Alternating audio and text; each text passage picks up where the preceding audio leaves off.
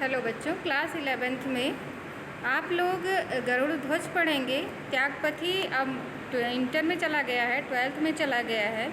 गरुड़ ध्वज के बारे में पहले हम जान लेते हैं। इसका लिखा हुआ नहीं, ऐसे ही जान लेते हैं पहले। गरुड़ ध्वज एक ऐतिहासिक नाटक है जो शुंग वंश के सेनापति थे विक्रमित्र, जिनके शासनकाल और व्यक्तित्व पर आधारित है कि उनका व्यक्तित्व कितना महान था, उनका शासनकाल कैसा था। एक तरह से आप जानिए कि हमारी जो हिस्ट्री है, जैसे एक एंशिएंट हिस्ट्री है, मेडुअल हिस्ट्री है और फिर मॉडर्न हिस्ट्री है, तो उसमें जो एंशिएंट मतलब इसमें जो है एंशिएंट इंडिया मतलब प्राचीन भारत का एक महत्वपूर्ण भाग को उजागर करने का प्रयास किया गया है, जिसमें धार्मिक संकीर्णताओं और स्वार्थों के कारण विघटित होने वाले देश की एकता और उसके नैतिक पतन की ओर नाटककार ने उसका ध्यान आकृष्ट किया है।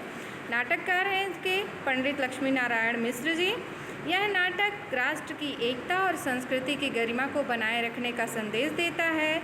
इसके जो प्रमुख पात्र हैं, आचार्य विक्रमित्र हैं, कुमार विषमशील, कालिदास, वासंती, मलयवती आदि चरित्रों के माध्यम से धार्मिक सहिष्णुता, राष्ट्र प्रेम, राष्ट्रीय एकता और नारी स्वाभिमान जैसे गुणों को प्रस्तुत करके इन्होंने समाज में इन सब चीज़ों को, जो कुरीतियाँ फैली हुई हैं, उनके विकास की प्रेरणा देते हुए इस नाटक को लिखे हैं। और नाटककार ने पाठकों के सामने ऐसे ज्वलंत ऐतिहासिक तथ्य प्रस्तुत किए हैं जो कि हमारे राष्ट्र की उन्नति और एकता में क्या होता है, बाधक बनता है। एक तरह से देखिए, जैसे जातीयता और धार्मिक जो संकीर्ण विचारधारा है, इन विचारधाराओं को दूर करने के लिए लेखक ने इसकी तरफ आकृष्ट होने के लिए और राष्ट्र को एक सूत्रता में बांधने के लिए इस नाटक की रचना किया है। इसमें इसका ही संदेश उन्होंने दिया है कि राष्ट्र को एक सूत्रता में कैसे बांध सकते हैं,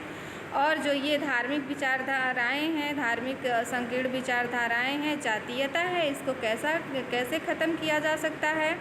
और साथ ही तत्कालीन समाज में व्याप्त पाखंडों, विदेशियों के अत्याचार तथा धर्म एवं अहिंसा के नाम पर राष्ट्र की अस्मिता से खिलवाड़ करने वाले के षड्यंत्र का भी चित्रण किया गया है। इस नाटक में 3 अंक हैं, प्रथम अंक, द्वितीय अंक और तृतीय अंक। तो नाटक के सारांश के बारे में बहुत कम पूछा जाता है आपके एग्ज़ाम में। अक्सर इसमें जो तीनों भाग हैं उसको पूछ लिया जाता है कि गरुड़ ध्वज नाटक के प्रथम भाग का वर्णन अपने शब्दों में करिए, या गरुड़ ध्वज नाटक का कथानक संक्षेप में प्रथम अंक का कथानक संक्षेप में लिखिए। ऐसे करके पूछा जाता है। और कभी कभी पूछ लेता है कि गरुड़ ध्वज का जो प्रथम अंक है, प्रथम अंक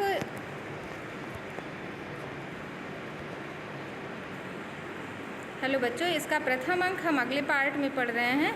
प्रथम अंक, द्वितीय अंक और तृतीय अंक का हम अलग अलग वीडियो शेयर करेंगे और अलग अलग वीडियो में आप लोग समझिएगा। ये जो है, बस इतना जान लीजिए कि ये एक ऐतिहासिक नाटक है पंडित लक्ष्मी नारायण मिश्र द्वारा। इसमें धार्मिक संकीर्ण विचारधाराओं और जातीयता को दूर करने का प्रयास किया गया है तथा राष्ट्र की एकता को बांधने की कोशिश किया गया है, उसका संदेश दिया गया है। अब हम लोग अगले वीडियो में पढ़ेंगे। धन्यवाद बच्चों।